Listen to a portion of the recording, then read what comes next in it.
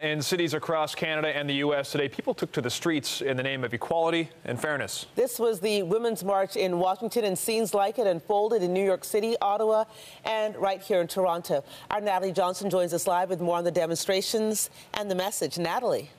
Well, Andrea, the Women's March began in 2017, the day after Donald Trump's inauguration. That protest in Washington was the biggest demonstration there in decades, and it has since become an annual affair, replicated across North America, including here at home in Toronto.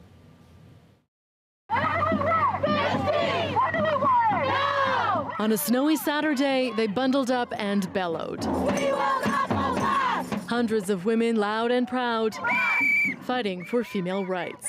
For equality, we're marching to reduce barriers for us. I'm a feminist and I'm out here to support myself and other women in Ontario. A self-described army of confident women representing every generation. Multi-generational women's issues are everybody's issues. Fighting for fairness. Whether you define yourself as hetero or queer or LGBTQ, wherever you fall on the spectrum, it's important we're all here for each other, standing for each other today. Education and reproductive rights.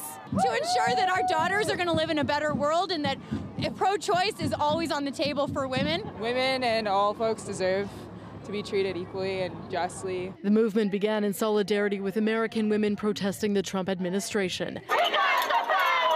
And today, women in Washington took to the streets there once more, calling on the U.S. president to end the government shutdown and allow federal workers back to work. I haven't been paid in 6 weeks, so I thought I'd come out and protest that fact. Having the family see the entire country come together for something big, it's huge. What is the message you want to tell President Trump? That he needs to be kinder.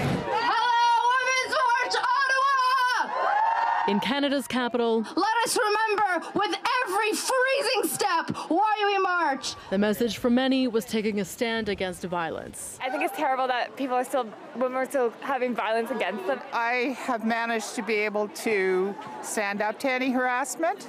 I'm lucky that I could. And whether at Parliament Hill, Queen's Park, or City Hall, they called on policymakers to keep female rights at the fore.